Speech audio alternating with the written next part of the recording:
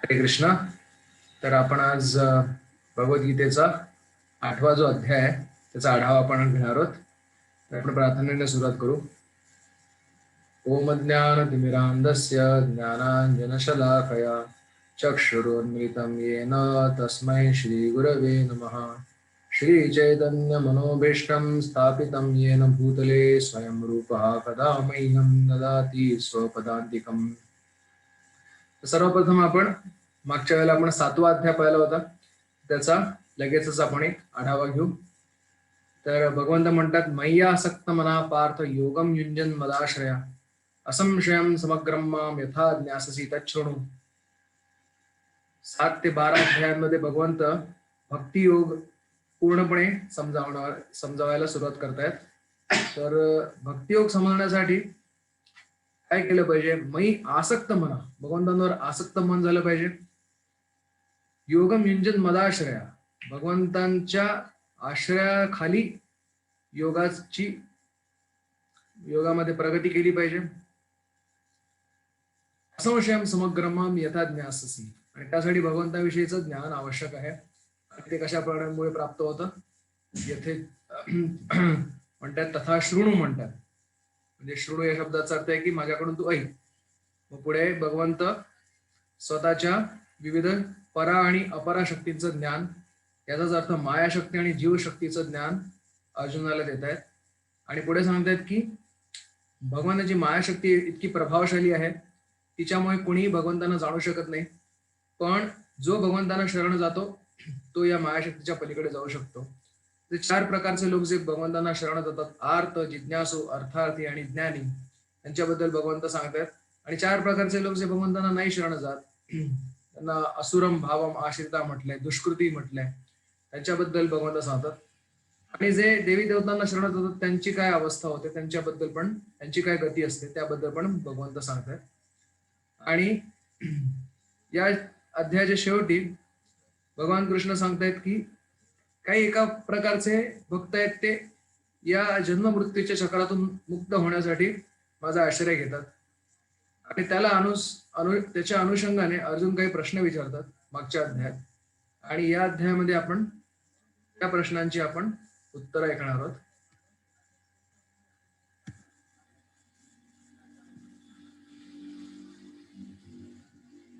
तर सर्वप्रथम आपण पाहूया या अध्यायाची विभागणी.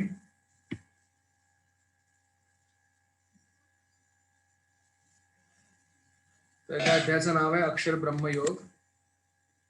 अध्यायाचं विश्लेषण अशा प्रकारे आहे. श्लोक 1 ते 15 भगवंतांचं स्मरण कशा प्रकारे करू शकतो आपण, खास करून अंतकाळी, याबद्दल 1 ते 15 या श्लोकांमध्ये वर्णन आहे.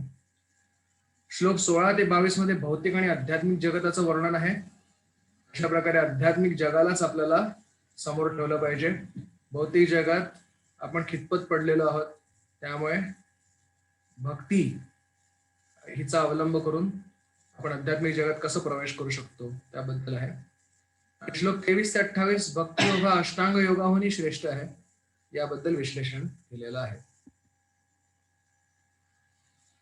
तर विभाग 1 ची मुख्य शिकवण आपण पाहू. ज्या भावाचे मृत्यूच्या वेळेस स्मरण होते तसा पुढचा जन्म प्राप्त होतो. हे तत्व लक्षात घेणं अत्यंत आवश्यक आहे.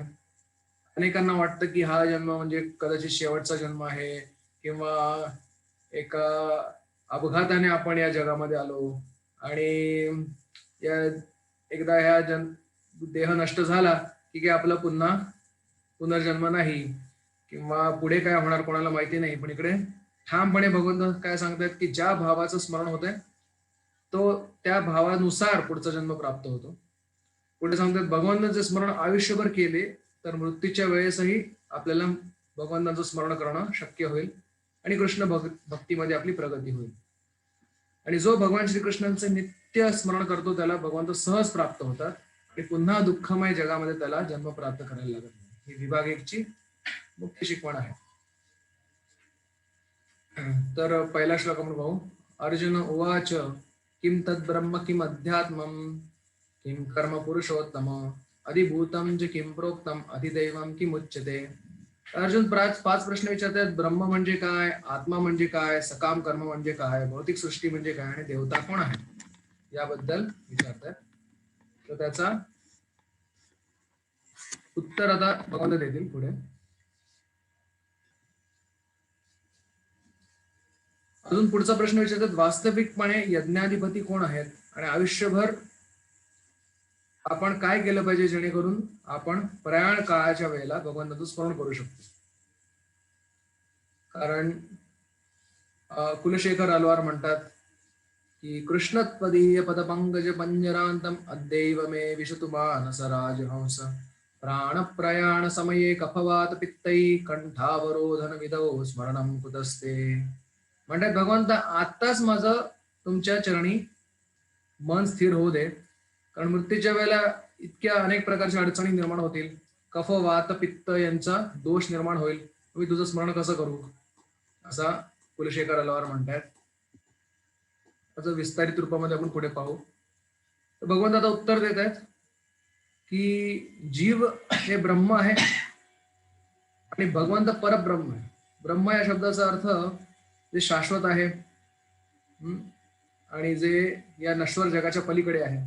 तर जीवशक्ती सुद्धा ब्रह्मच आहे आणि या भौतिक सृष्टीच्या पलीकडे आहे. पण त्या सर्व जीवांचे जे अधिष्ठात्र आहेत, ज्यांना भगवंत म्हणतो आपण, भगवान श्रीकृष्ण, ते मात्र परब्रह्म आहेत. आणि तात्पर्यामध्ये प्रभुपाद सांगतात की ब्रह्म जे आहे त्याचा स्वभाव आहे की परब्रह्माची सेवा करणं. म्हणजे जीव जे आहेत कृष्ण भावनेमध्ये भगवंतांची सेवा करणं हाच जीवाचा मूळ स्वभाव आहे.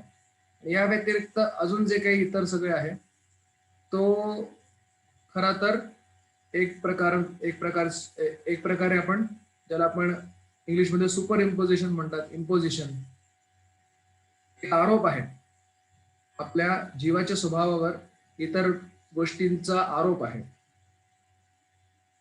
ज्या विविध भौतिक उपाधी आहेत, मी भारतीय आहे किंवा मी अमेरिकेचा आहे किंवा मी चीनचा आहे किंवा मी स्त्री आहे किंवा पुरुष आहे किंवा मी सुशिक्षित आहे किंवा मी अडाणी आहे, हे सर्व जीवावर केलेले आरोप आहेत. मग जीवाचा मूळ स्वभाव मात्र काय आहे की मी भगवंतांचा सेवक आहे. पुढे भगवंत सांगतात की अधिभूत म्हणजे, उत्तर देतात, भौतिक देहामध्ये होणारी 6 स्थित्यंतरे.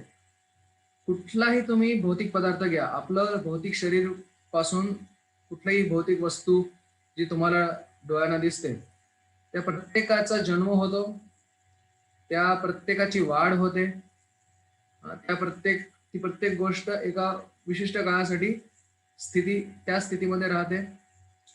त्यानंतर त्याच्यातून काही अनुषंगिक उत्पादनं निर्माण होतात, त्यानंतर त्याचा लय किंवा ऱ्हास होतो आणि शेवटी ती वस्तू नष्ट होते. कुठलीही वस्तू घ्या, अगदी एक साधं कापड जरी म्हटलं, कपडे आपण म्हटलं, त्याचं त्या कपड्यांची निर्मिती होते, त्यानंतर त्या कपड्यांवर समजा कोणी रंग लावला पुढे त्याच्या उत्पादनाच्या प्रक्रियेमध्ये, तर त्याच्यातून अजून त्याचं वैशिष्ट्य दिसून येतं. त्यानंतर ते कपडा काही दिवस टिकतो आणि त्यानंतर कपड्याचे काय म्हणू आपण त्याला, ऱ्हास व्हायला सुरुवात होते आणि शेवटी पुन्हा तो मातीत जाऊन मिळतो. अशा प्रकारे आपला भौतिक देह सुद्धा, त्याची पण तुलना कपड्यासोबत केली. त्यानंतर पुढे प्रश्न विचारतात अर्जुन की अधिदैवत म्हणजे काय. भगवंत सांगतात देवी देवता आणि त्यांच्या ग्रह लोकांचा समावेश असणाऱ्या भगवंतांच्या विराट रूपालाच अधिदैवत असं म्हणतात. आणि भगवंतांचे आंशिक विस्तारित रूप म्हणजे परमात्मा आहेत, ते म्हणजे अधियज्ञ. तर अधिभूत म्हणजे देहामध्ये होणारी 6 स्थित्यंतर, अधिदैवत म्हणजे विश्वरूप आणि अधियज्ञ म्हणजे भगवंतांचंच एक विस्तारित रूप परमात्मा, त्याला अधियज्ञ म्हणतात. पुढे म्हणतात भगवंत की, पुढचा प्रश्न अर्जुनाने विचारला होता की कशा प्रकारे तुमचं मी स्मरण अंतकाळी पण करू शकतो, त्याचं उत्तर देतात. अंतकाले च मामेव स्मरन् मुक्त्वा कलेवरं यः प्रयाति समद्भावं याति नास्त्यत्र संशयः.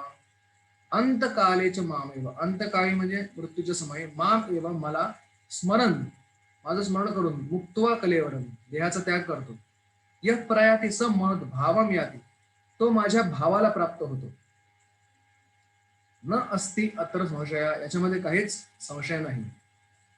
त्याने जिने आयुष्यभर भक्ती केली असेल, जिथे पण त्याची प्रगती थांबली त्या भावापासून तो पुढे त्याची प्रगती चालू ठेवतो पुढच्या त्याच्या जन्मामध्ये. आणि समजा त्याची प्रगती पूर्ण झाली तर तो सरळ भगवत धामात प्रवेश करतो. त्याचं उत्तम उदाहरण म्हणजे भीष्मदेवांबद्दल दिलेलं आहे. भीष्मदेवांना तर इच्छा मरण प्राप्त होतं. कुठल्याही काळी ते इच्छेने मृत्यूस प्राप्त होऊ शकत होते, पण शरशय्येवर पडलेले असताना त्यांनी विचार केला की भगवंत जोपर्यंत समोर येत नाही तोपर्यंत मी शरीर सोडणार नाही.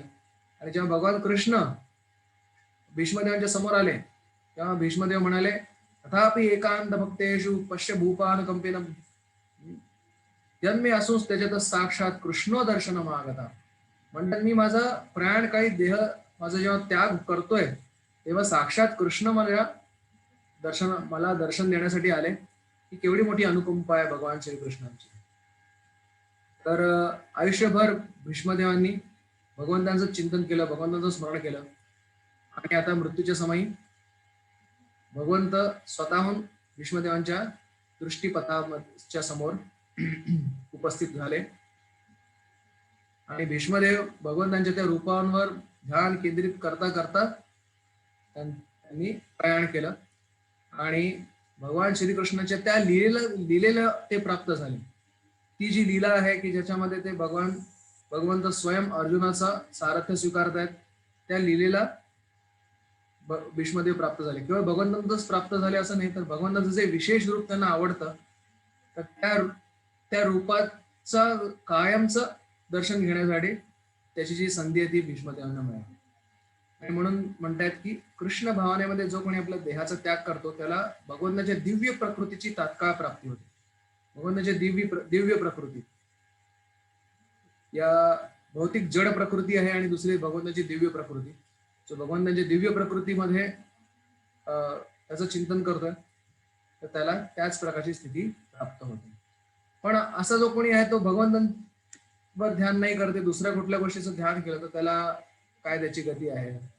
आता पुढचा श्लोक आहे, यम यम वापि स्मरन् भावं त्यजत्यन्ते कलेवरं तं तमेवैति कौन्तेय सदा तद्भाव भावितः. यम यम वापि स्मरन् भावं, ज्या भावाचं सतत स्मरण करतोय त्या प्रकारचं कलेवर, त्या प्रकारचं देह त्याला पुढच्या वेळेला प्राप्त होतोय.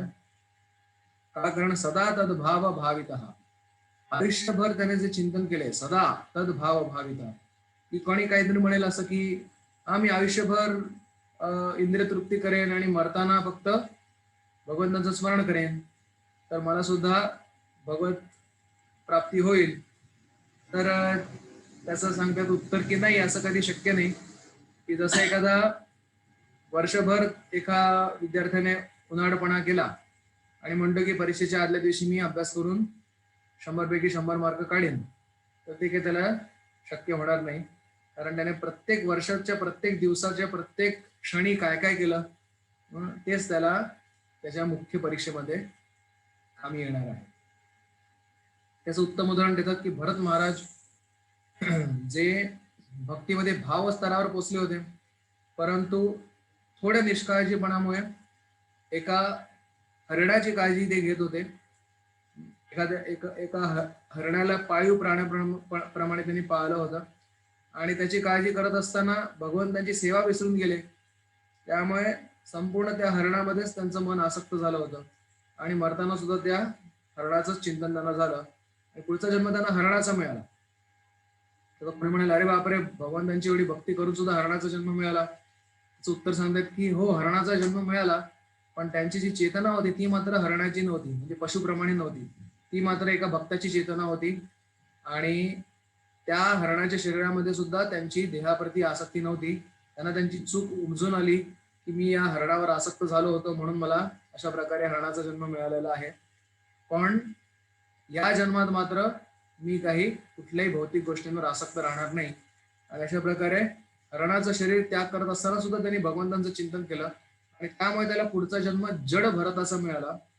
आणि जड भरताच्या एका विप्रांच्या घरी त्यांचा जन्म झाला आणि लहानपणापासूनच ते अत्यंत भगवंतांचे मोठे भक्त होते आणि जो उरलेला प्रवास जो त्यांचा बाकी होता तो त्यांनी त्या आयुष्यात पूर्ण करून भगवत धामाची प्राप्ती केली. तर हे एक उदाहरण आपल्या मनामध्ये ठेवणं अत्यंत आवश्यक आहे की आपण जे जे काही करत असतो, जे जे विचार करतो आणि जी जी कृती करतो त्याद्वारे आपल्या मनाला एक विशेष आकार मिळत जातो आणि आपण मृत्यूचा समय जेव्हा जवळ येतो तेव्हा मनाची जी स्थिती असते त्या स्थितीनुसार पुढचा देह आपल्याला प्राप्त होतो. तर आपण आपले विचार आणि आपली कृती मोजून मापून केली पाहिजे.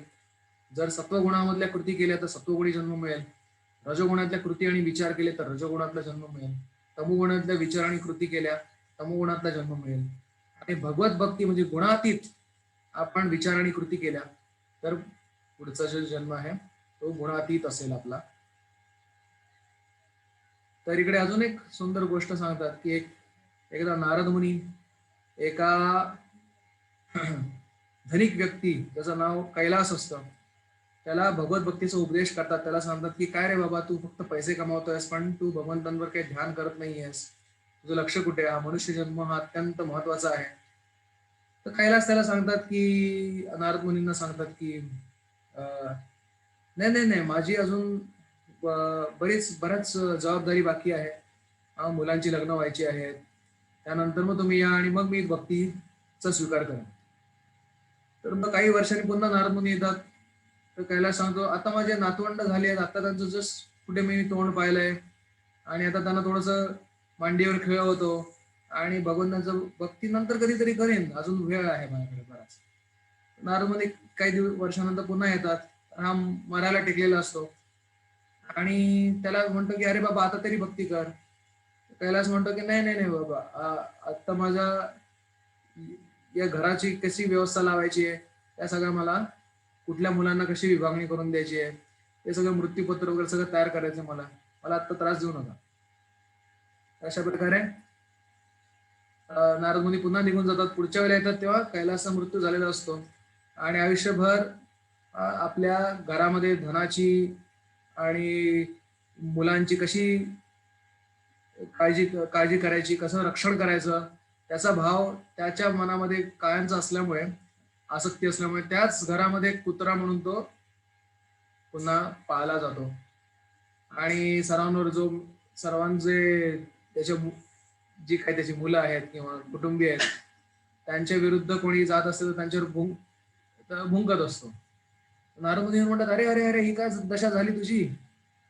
तर कैलास जो आता कुत्र्याच्या रूपामध्ये येतो म्हणतो की नाही नाही, मी तर एकदम सुखी आहे, मला तर 2-4 वेळेला हे खायला घालतात आणि यांचं मी चांगलं रक्षण करतो. नारद मुनी म्हणतात की अरे बापरे, याची अशी दशा झाली आणि तरी सुद्धा हा सुधारत कसा काही नाही. काही वर्षांनी परत येतात तर पाहतात की त्या कुत्र्याचा जन्म तो पण जन्म संपतो आणि पुढचा जन्म सापाचा मिळतो त्याला. त्याच घरात संपत्तीचं रक्षण करण्यासाठी हा सापाचा तो जन्म घेतो आणि नारद मुनी त्याला म्हणतात की अरे बाबा आता तरी तुला अक्कल आली का? तर हा कैलास म्हणतो की नाही नाही नाही, अजून पण मला नागाच्या सापाच्या रूपामध्ये अजून पण माझ्या घराविषयी आसक्ती माझी जात नाहीये. नारद मुनी त्याच्या कुटुंबियांना सांगतात की अरे तुम्हाला माहितीये का तुमच्या दारामध्ये एक साप आहे. तर सर्व जे ती त्याची पूर्वजन्मातली जी पोरं आहेत ती सगळी लाठ्या घेऊन बाहेर येतात आणि चांगलं त्या सापाला झोडपून काढतात आणि नंतर तो साप म्हणतो की जेव्हा त्याला नारद मुनी भेटतात तेव्हा म्हणतो जो कैलास जो आहे की अरे मी एवढं आयुष्यभर या मुलांसाठी केलं आणि आता यांनी हेच आम्हाला मला बदलून काढलंय. तर तेव्हा कुठे जाऊन तो सुधारतो आणि नारद मुनींच्या प्रभावाने भक्ती मार्गात येण्याचा प्रयत्न करतो. पण ही एक मोठी आपल्यासाठी एक चेतावणी आहे की आपण सुद्धा आपला मनुष्य जन्म आहे इतर कुठल्या चिंतनामध्ये वाया न घालवता आपली जी सगळी जबाबदारी ती तर आपली पार पाडली पाहिजे, पण भगवंतांचं स्मरण नेहमी कायम ठेवणं अत्यंत आवश्यक आहे. आणि जो आयुष्यभर आपण चिंतन करू मृत्यूच्या समय त्याच प्रकारचं चिंतन आपण करू आणि त्याच प्रकारचा भाव असलेला देह आपल्याला प्राप्त होईल. तर पुढचा श्लोक आहे तस्मात् सर्वेषु कालेषु मामनुस्मर युध्य च मय्यर्पितमनो बुद्धिर्मामे वैश्यसी असंशयः. तर म्हणतात की आणि म्हणून प्रत्येक तुझी जी कर्तव्य आहेत ती पार पडत असताना मा मनुस्मर युद्धच, तुझं कर्तव्य पार पाड आणि प्रत्येक वेळी माझी आठवण काढ. कारण नेहमीच माझ्यावर मन केंद्रित केलंस आणि बुद्धी माझ्यावर ठेवलीस तर नेहमीच तू माझ्याकडे परत येशील. नक्कीच मृत्यूनंतर माझ्याकडे परत येशील. प्रभुपाद सांगतात की आपले विहित कर्म करीत असताना मनुष्य हरे कृष्ण महामंत्राचा जप करीत श्रीकृष्णांचे स्मरण करू शकतो. तर हा सराव करणं अत्यंत आवश्यक आहे. तर एकदा काही भक्त गंगेवर गेले होते आणि गंगेमध्ये स्नान करून गंगेमध्ये थोडा वेळ पोहूया असा विचार करून पोहायला सुरुवात केली. त्यांपैकी एका भक्तांना पोहायला येत नव्हतं. तर ते मध्ये गंगेच्या प्रवाहाच्या मध्ये बरोबर सापडले आणि वर खाली डुबक्या खाऊ लागले. नाकातोंडात पाणी जाऊ लागलं आणि त्यांना कसं बसं एकाने वाचवून बाहेर आणलं. आणि त्यांना तो असं खोकू लागला आणि नाकातोंडात पाणी गेलं होतं. त्याला विचारलं, काय रे बाबा, काय काय करत होतास तू, कसं काय तू एवढ्या आत कसा काय गेलास. तर त्याने सांगितलं की मला तर वाटलं होतं की आज मी मरणारच म्हणून. तर मग त्याला विचारलं की काय तुझ्या डोक्यात कुठले विचार आले होते मग. तर त्याने सांगितलं की मी आयुष्यभर जे काही केलं जणू काही 100 किलोमीटर ताशी या वेगाने ती जे जणू काही एक त्याचा जो चित्रपट आहे त्याच्या डोळ्यासमोरून त्याच्या लहानपणापासून मित्र आणि नंतर त्याने केलेला शिक्षण आणि त्यानंतर त्याने केलेली नोकरी आणि विविध अनुभव त्याचे अत्यंत वेगाने त्याच्या डोळ्यासमोरून चित्रपटाप्रमाणे सरकले, जसं एखादं फास्ट फॉरवर्ड करतात चित्रपट त्याप्रमाणे. आणि मग त्याला विचारलं, अरे मग कुठे आहे तू, हरे कृष्ण जपत होतास की नाही.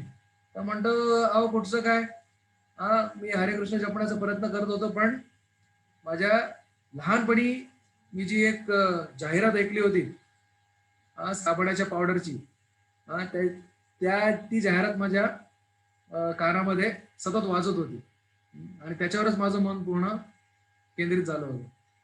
आणि सर्व फक्त थोडे म्हणजे हसू लागले की असं कसं काय झालं. तर मग तो म्हणाला की बाबांनो, अहो हसू नका, की कदाचित माझं भाग्य चांगलं होतं म्हणून मी वाचलो. कदाचित या स्थितीत मी मेलो असतो तर पुढचा जन्म कदाचित त्या साबणाच्या पावडरचा विक्रेता म्हणून जन्म झाला असता कदाचित. तर सांगण्याचा अर्थ असा आहे की आयुष्यभर जे आपण करतोय ते अत्यंत गंभीरतेने आपण लक्ष दिलं पाहिजे, कशाचं आपण स्मरण करतोय. कारण एवढे जे आपल्या आयुष्यातले ज्या विविध विचार, कृती आणि एवढ्या घटना असतात त्यांचा फार मोठा प्रभाव मनावर आपल्याला पडलेला असतो. आपल्याला आत्ता सध्या जाणवत नाही. त्याला इंग्लिशमध्ये अनकॉन्शियस, सबकॉन्शियस माइंड म्हणतात. आणि त्याच्यामध्ये जे काही आहे ते मृत्यूच्या वेळेला अचानक आपल्या समोर येऊ शकतं. आणि म्हणून सतत आपली चेतना जी आहे ती शुद्ध ठेवणं, भगवंतांवर ठेवणं हे अत्यंत आवश्यक आहे.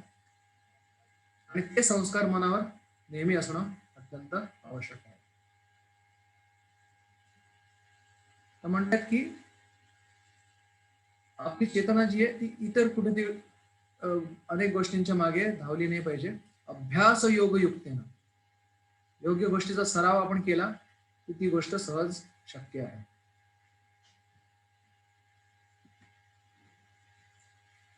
आणि पुढे हा जो श्लोक आहे हा उपनिषदांमध्ये पण येतो आणि भगवंत सुद्धा सांगतात, कविं पुराणम अनुशासितारम अणोरणीयांसम अनुस्मरेद्या सर्वस्य धातारम अचिंत्य रूपम आदित्यवर्णम तमसा परस्तात्. भगवंतांच्या रूपावर ध्यान करण्याचा आदेश दिलाय. तर भगवंताचं रूप कसं आहे त्याबद्दल सांगतात. कविं पुराणम, सर्व पुरातनमध्ये सुद्धा पुरातन आहेत. अनुशासितारम, सगळ्याचे शासक आहेत. अणोरणीयांसम अनुस्मरेत, सर्वव्यापी आहेत, सूक्ष्माहून सूक्ष्म आहेत. सर्वस्य धातारम अचिंत्य रूपम आदित्य वर्णम, सूर्याप्रमाणे त्यांचं तेज आहे, आभा आहे. तमसा परस्तात, तमोगुणांच्या पलीकडे आहेत, कल्पनेच्या विचार क्षेत्राच्या सुद्धा पलीकडे आहेत, अशा भगवंतांवर मन केंद्रित केलं पाहिजे. काही जण म्हणतात ध्यान करा, भगवंतांवर ध्यान करा, आणि मग कुठल्या नुसत्या प्रकाशावर ध्यान करा म्हणतात. तर ते इथे भगवंत सरळ सरळ सांगतात की नाही, ध्यान भगवंतांवरच केलं पाहिजे. आणि याचा अर्थ म्हणजे भगवंताचं जसं वर्णन सांगितलं शास्त्रामध्ये त्यानुसार केलं पाहिजे. आणि अशा प्रकारे जो भगवंतांचं ध्यान दोन प्रकारे केलं जाऊ शकतं. एक शुद्ध भक्त ध्यान करू शकतो आणि एक योग मिश्र भक्त ध्यान करू शकतो. योग मिश्र भक्त कसं ध्यान करेल त्याबद्दल या श्लोकात सांगतात की त्याने दोन्ही भुयांमध्ये आपलं प्राण आणून भक्ती आणि योग बळाच्या जोरावर मन अचल ठेवून भगवंतांवर, परमात्म्यावर ध्यान करून परमात्म्याला तो प्राप्त होऊ शकतो असं म्हणून सांगतात. तर ही थोडी कठीण प्रक्रिया आहे. पुढे आपण पाहू की भक्तियोगा, शुद्ध भक्तियोगा यापेक्षा अधिक सोपा आहे, सरळ आहे आणि प्रभावी पण आहे. तर पुढे म्हणतात की असा जो हा योगी आहे तो ब्रह्मचर्याचं पालन करून त्यानंतर संन्यासाश्रम मध्ये प्रवेश करून अशा प्रकारे पूर्णपणे योगयुक्त होऊन योगमिश्र भक्तीद्वारे भगवंतांवर ध्यान करू शकतो. पण भक्ती योगामध्ये मात्र अशा प्रकारचा कुठल्याही ज्या अटी आहेत, ज्या अत्यंत कठीण आहेत पालन करण्यासाठी, की उदाहरणार्थ योग्यासाठी सांगितले की कुठल्याही प्रकारचा त्याचा जीवन प्रवृत्ती चालवण्यासाठी सुद्धा त्याने कुठल्या प्रकारचे कष्ट घेऊ नयेत आणि एका ठिकाणी एका आसनावर बसून स्थिर राहावं आणि भगवंतांवर ध्यान करावं. आणि ब्रह्मचर्य, तो गृहस्थाश्रमी असला तर तो अशा प्रकारे ध्यान करू शकत नाही, कारण त्याला अरण्यामध्ये जायचं असतं. पण भक्त मात्र कुठल्याही ठिकाणी राहून भगवंतांवर ध्यान करू शकतो. तेव्हा ठाकूर सांगतात की गृहे ठाको वने ठाको सदा हरी बोले ठाको. तुम्ही घरी राहून सुद्धा भगवंतांवर स्मरण करू शकता, हरे कृष्ण महामंत्राचा जप करू शकता, आणि वनामध्ये जाऊन सुद्धा हरे कृष्ण महामंत्राचा जप करू शकता. तर भक्तिवंत ठाकूर सांगतात भगवंताचं स्मरण करायचं असेल तर कलियुगामध्ये सगळ्यात सोपा उपाय म्हणजे हरे कृष्ण महामंत्राचा जप आणि कीर्तन. तो एक गृहस्थ पण करू शकतो, संन्यासी पण करू शकतो, वानप्रस्थ पण करू शकतो, ब्रह्मचारी पण करू शकतो. तर अशा प्रकारे भक्तियोगा अधिक सोपा, सरळ आणि सर्वांसाठी करता येण्यासारखा आहे. पुढे अजून सांगतात योगाभ्यास करण्यासाठी इंद्रियांना इंद्रिय विषयापासून परावृत्त करा म्हणतात. आणि त्यानंतर ओम हे जे अक्षर ब्रह्म आहे याच्यावर मन केंद्रित करून भगवान श्रीकृष्णांची आठवण काढून जो देह त्याग करतो त्याला परमगती प्राप्त होते म्हणतात. तिकडे प्रभुपाद सांगतात की श्रीकृष्णांचाच एक निर्विशेष ध्वनी म्हणजे ओंकार आहे. हरे कृष्ण महामंत्रामध्ये ओंकाराचा समावेश आपोआपच होतो. त्यामुळे या कलियुगामध्ये हरेर नाम नामैव केवलम कलव नास्तेव नास्तेव नास्तेव गतिरन्यथा म्हणून सांगितलंय की हरीचं नाव आणि हरीचं नाव, त्यामध्ये सर्व मंत्राचा आपोआपच समावेश होतो. आणि पुढे म्हणतात की अशा प्रकारे कठीण प्रकारे योग मिश्र भक्ती करून माझी आठवण काढण्यापेक्षा अत्यंत सोप्या सरळ प्रकारे माझी आठवण काढू शकतो. कशी? हा श्लोक अत्यंत सुंदर आहे. अनन्यचेताः सततं यो मां स्मरति नित्यशः तस्याहं सुलभः पार्थ नित्ययुक्तस्य योगिनः. तो शुद्ध भक्ती योगी आहे, तो अनन्य चेता, इतर कुठल्या गोष्टीचं स्मरण न करता नेहमीच माझं स्मरण करतो नित्यशः. त्याच्यासाठी मी नेहमीच सुलभ आहे हे पार्था, हे अर्जुना. म्हणतात हा शुद्ध भक्ती योग 5 प्रकारे करता येऊ शकतो. शांत, दास्य, साख्य, वात्सल्य आणि माधुर्य. तर शांत भक्त जसं एखादी खुर्ची आहे तर ती खुर्चीवर बसणाऱ्याला आराम देते, पण एक सक्रियतेने त्याची सेवा करत नाही, पण एक तटस्थपणे सेवा करते. त्याच प्रकारे काही भगवंताच्या धामातल्या ज्या वस्तू आहेत, भगवंताच्या धामात सर्व वस्तू सुद्धा जिवंत आहेत आणि त्याच भगवंताची सेवा करतात शांत भावामध्ये. त्यानंतर भगवंताचे काही सेवक आहेत दास्य भाव, एखादा दास आपल्या स्वाम्याची कशी सेवा करतो त्या प्रकारे सेवा करतात.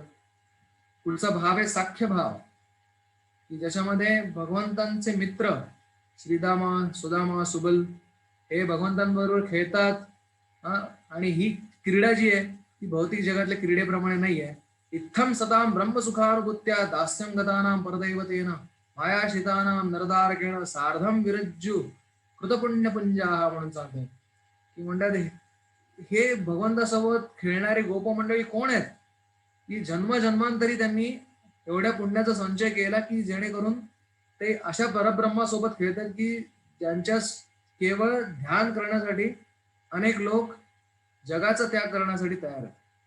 तर अशा हे सखागण जे आहेत ते काही साधारण नाही आहेत, तर ते भगवंतांच्याच चिद विभूतीचे विस्तार आहेत.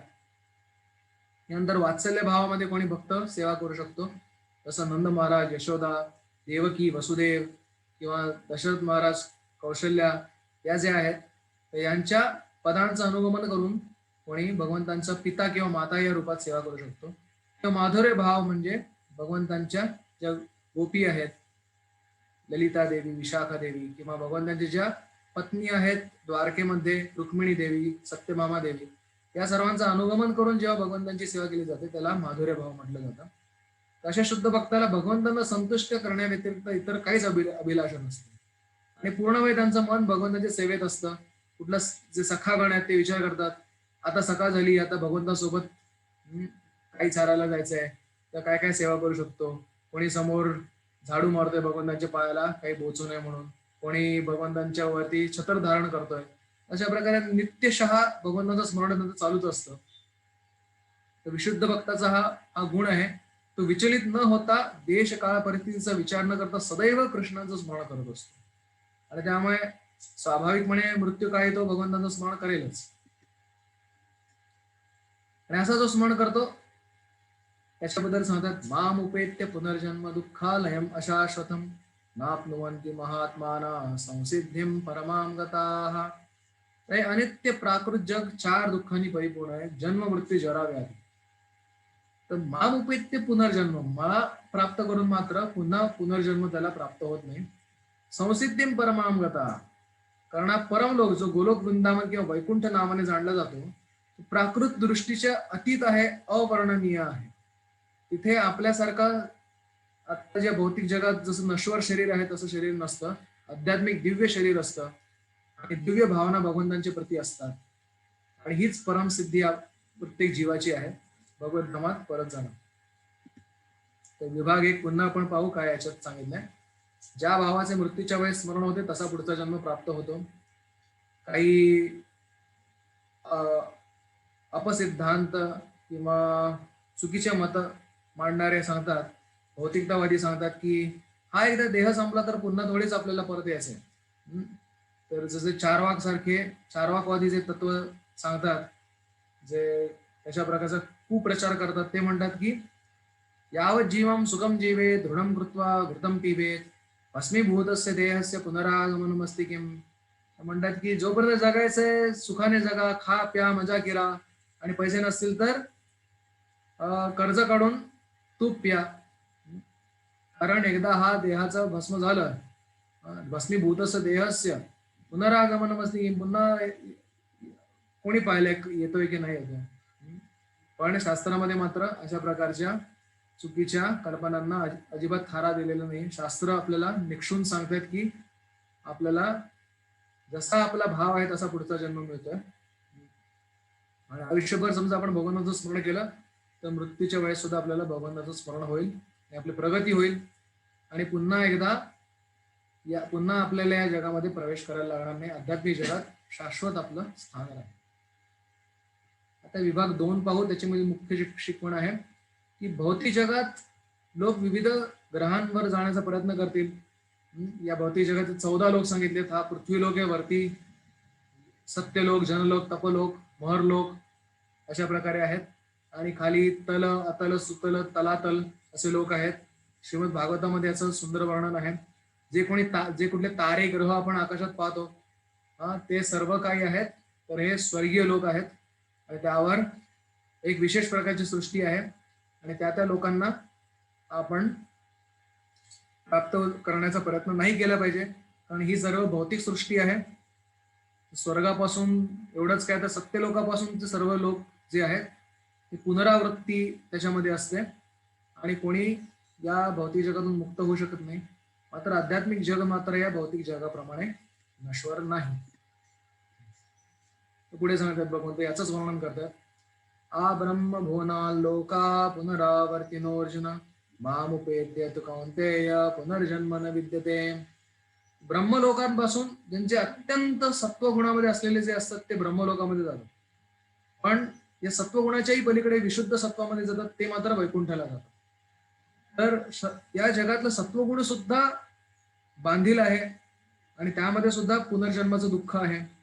तर मग रजोगुण आणि तमोगुणाच्या जन्माबद्दल काय सांगावं, आणि ज्या लोकांमध्ये रजोगुण आणि तमोगुण प्रामुख्याने असतो, त्याचा प्रादुर्भाव असतो, त्याबद्दल काय सांगावं.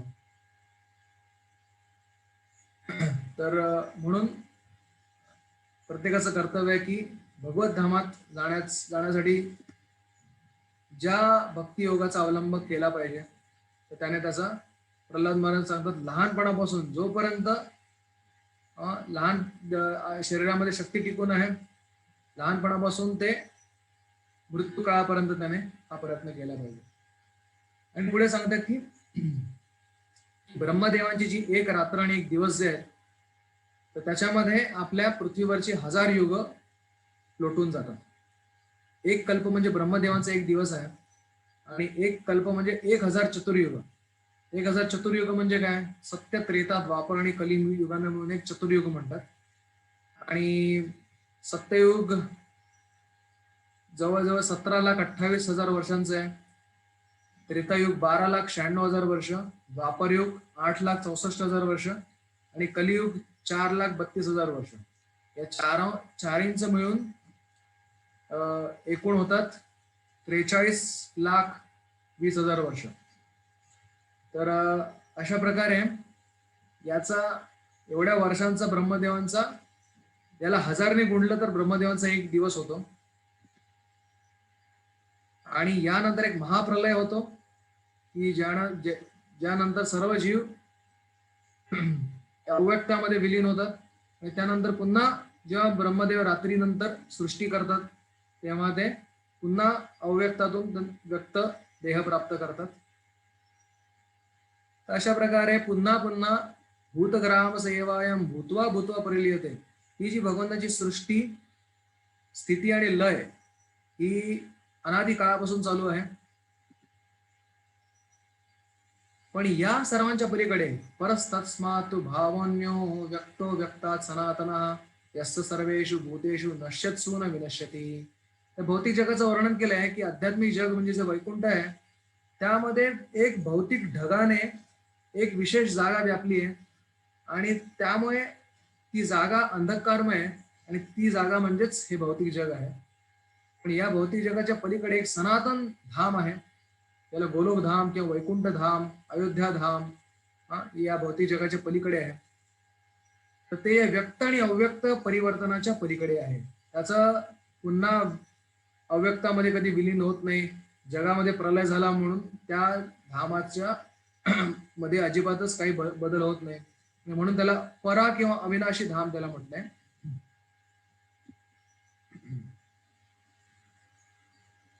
आणि अव्यक्त अक्षर म्हणून जे वेदांमध्ये वर्णन आहे ते या धामाचंच वर्णन आहे. तर या धामाचं वर्णन करते श्रिया कांता कांता परमपुरुषा कल्पतरवो ध्रुमा भूमी चिंतामणी गुणमयी तोयम अमृतम. म्हणतात की इथे भगवान श्रीकृष्णच सर्वांचे स्वामी आहेत. परमपुरुषा कल्पतरवो, सगळे जे झाडं आहेत ती कल्पवृक्षा समान आहेत. सगळ्या ज्या गायी आहेत त्या सुरभी कामधेनू गायी आहेत. आणि जी भूमी आहे ती चिंतामणी आहे. आणि जे प्रत्येक जे तोयम जे पाणी आहे ते अमृता समान आहे. आणि तिकडे भगवंत आपली मुरली वादन करून सर्व भक्तांचं मन प्रसन्न करत असतात. तर अशा धामाची प्राप्ती कशी होऊ शकते तर सांगतात पुरुषस्य परापार्थ भक्त्या लभ्यस्तु अनन्यया, अनन्य भक्तीद्वारेच त्याची प्राप्ती होऊ शकते. यस्यांतस्थानी भूतानी येन सर्वमिदं ततं, याच्यासाठी दुसरं कुठलं साधनांतर नाहीये, फक्त भक्तीद्वारे याची प्राप्ती होऊ शकते. विभाग 2 ची शिकवण होती की भौतिक जगातील ब्रह्मलोकासकट प्रत्येक लोक याची पुनरावृत्ती होते, आणि आध्यात्मिक जगत मात्र भौतिक जगाप्रमाणे नश्वर नाही आहे. आणि म्हणून प्रत्येकाचं ध्येय असलं पाहिजे की आध्यात्मिक जगामध्ये कसं प्रवेश करू शकतो. तिकडे एक छोटी कथा येते की एक कठोपनिषदामध्ये नचिकेत नावाचा एक विप्राचा मुलगा असतो. तो आपल्या वडिलांना विचारतो की हे सगळे यज्ञ कशासाठी केले तुम्ही, याचा सगळ्याचा काय अर्थ आहे. तर त्याचे वडील वैतागून सांगतात, तू यमालाच जाऊन का नाही विचारत. तर नचिकेत तपश्चर्या करतो आणि म्हणतो की ठीक आहे, मी यमालाच जाऊन विचारतो. तर यमराज त्याचा यमलोकी गमन होतो नचिकेताचा. यमराज त्याला विचारतात की काय रे बाबा, तुला कुठला वर पाहिजे की तू माझं तपश्चर्या करून मला प्राप्त केलंस. मी तुला स्वर्गलोकात कसं जायचं त्याबद्दल सांगतो. जे त्याच्यासाठी तुझे वडील एवढे यज्ञ करत होते, तो स्वर्गलोक तुला मी सहज देऊ शकतो. तर नचिकेतने सांगितलं, नाही नाही, मला स्वर्गलोकाची प्राप्ती नाही करायची. मला सांगा असा कुठला लोक आहे की जिथे जन्म मृत्यू जरा व्याधी नाही आहे. ब्रह्म म्हणजे काय ते मला सांगा. तर यमराज म्हणतात, अरे तू लहान आहेस, तू असे प्रश्न कशाला विचारतोस. तुझ्या बुद्धीच्या क्षमतेनुसार प्रश्न विचार. तरी सुद्धा तो नचिकेत हत्ताला पेटलेला असतो. आणि शेवटी यमराज त्याला वैकुंठ धामाचं आध्यात्मिक जगाचं वर्णन करून सांगतात आणि सांगतात की भौतिक जगातला प्रत्येक जो ग्रह आहे तर तो नश्वर आहे, आणि कुठल्याही बुद्धिमान व्यक्तीने अशा ठिकाणी जाण्याचा प्रयत्न करू नये की जे नश्वर आहे, संपुष्टात येणार आहे.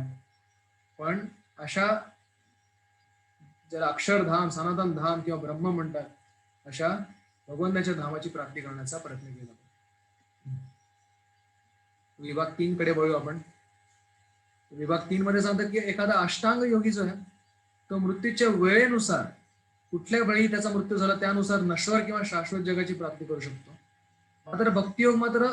भक्तियोगी हा सतत योगयुक्त असल्याने त्याचा परतीचा प्रवास सुरक्षित असतो, खात्रीचा असतो, थेट असतो.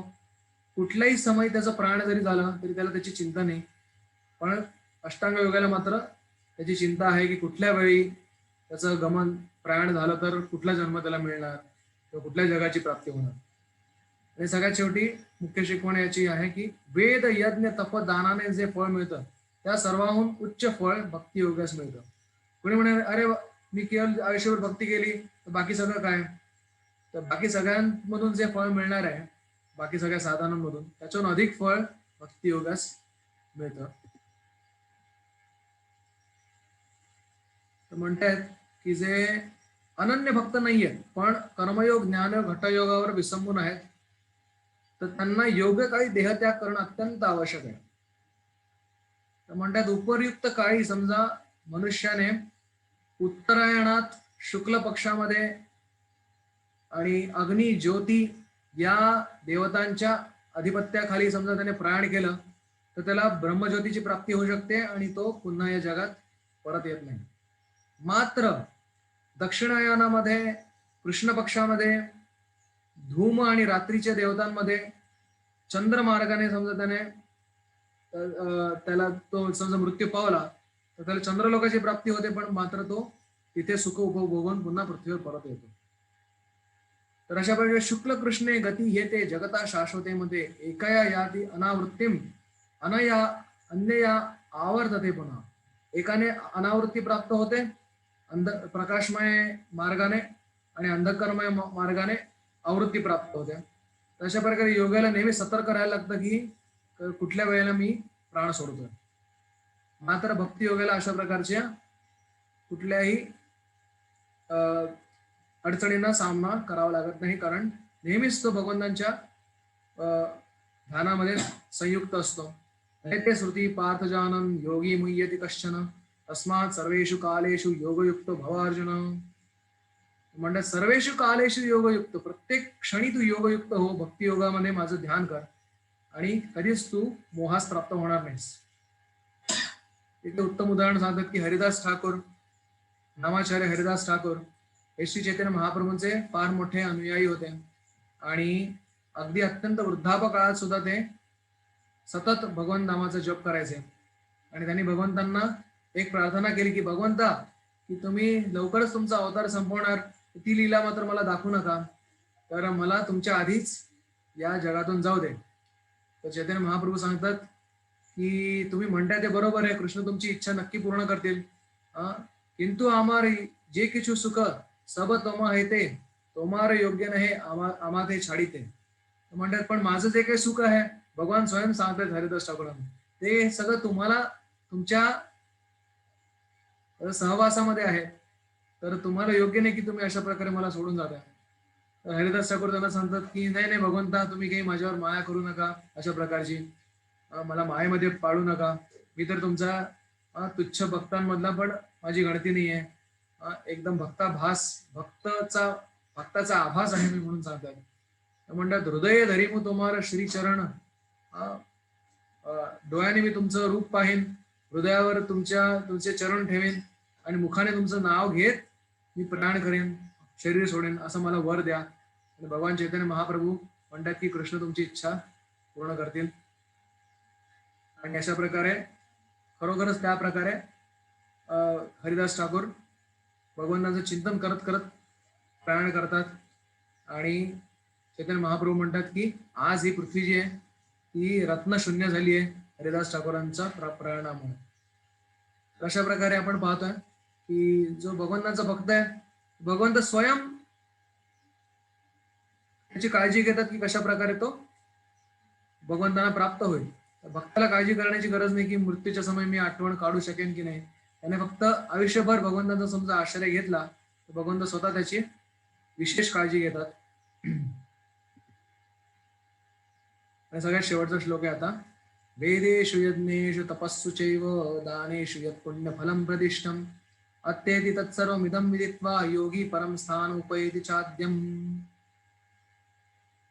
तर या 7व्या आणि 8व्या अध्यायात जो भक्तियोग वर्णन केलंय त्याचा सारांश आहे की वेद, यज्ञ, तप, दान याच्यातून जे काही पुण्यफळ मिळतं त्या सर्वांच्या पलीकडेचं स्थान भक्ती योगाला मिळत आहे.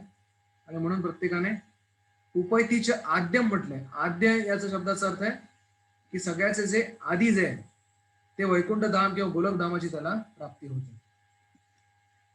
तर 3ची मुख्य शिकवण आहे की अष्टांग योगाला मृत्यूच्या वेळेनुसार शाश्वत किंवा नश्वर जगाची प्राप्ती होते, मात्र भक्ती योगाला अशा कुठली चिंता करण्याची आवश्यकता नाही, कारण कुठल्याही क्षणी त्याचा मृत्यू झाला तरी त्याला भगवंतांची प्राप्ती होऊ शकते. आणि वेद, ज्ञान, यज्ञ, तप, दानाने जे फळ मिळतं त्याहून सर्वाहून उच्च फळ भक्ती योगास मिळते. अशा प्रकारे 8वा अध्याय आपण आज पाहिला. पुढच्या वेळेला आपण 9वा अध्याय पाहू. आणि त्याला अक्षर ब्रह्म योग म्हणतात, कारण भगवंत ब्रह्म काय, अध्यात्म काय, अधिभूत काय, अधिदैव काय या सर्वांबद्दल या अध्यायामध्ये सांगतात. मृत्यूच्या काळी कशा प्रकारे भगवंत स्मरण करून आपण भगवंतांकडे जाऊ शकतो यासाठी आयुष्यभर आपल्याला हरे कृष्ण महामंत्राचं जप, हरे कृष्ण कृष्ण कृष्ण हरे हरे, हरे राम राम राम हरे हरे याचा सराव केला पाहिजे, अभ्यास केला पाहिजे. आणि आपलं मन नेहमी शुद्ध ठेवलं पाहिजे. आणि कुठल्याही भौतिक जगातल्या कुठल्याही ग्रहांवर जाण्याचा आपला किंवा भौतिक जगातल्या कुठल्याही गोष्टीवर आसक्ती ठेवण्याचा प्रयत्न नाही केला पाहिजे, कारण अब्रह्म भुवना लोकात पुनरावर्ती म्हणजे प्रत्येक ग्रह जे या जगातला नश्वर आहे. आध्यात्मिक जग मात्र याहून पलीकडे आहे. आणि त्याचं ज्ञान ज्याला प्राप्त झाले त्याने मात्र प्रत्येक महामनुस्मर युद्धच्या त्याची या जगातली कर्तव्य पाडत असताना भगवंताचं स्मरण कायम ठेवलं पाहिजे. हरे कृष्ण.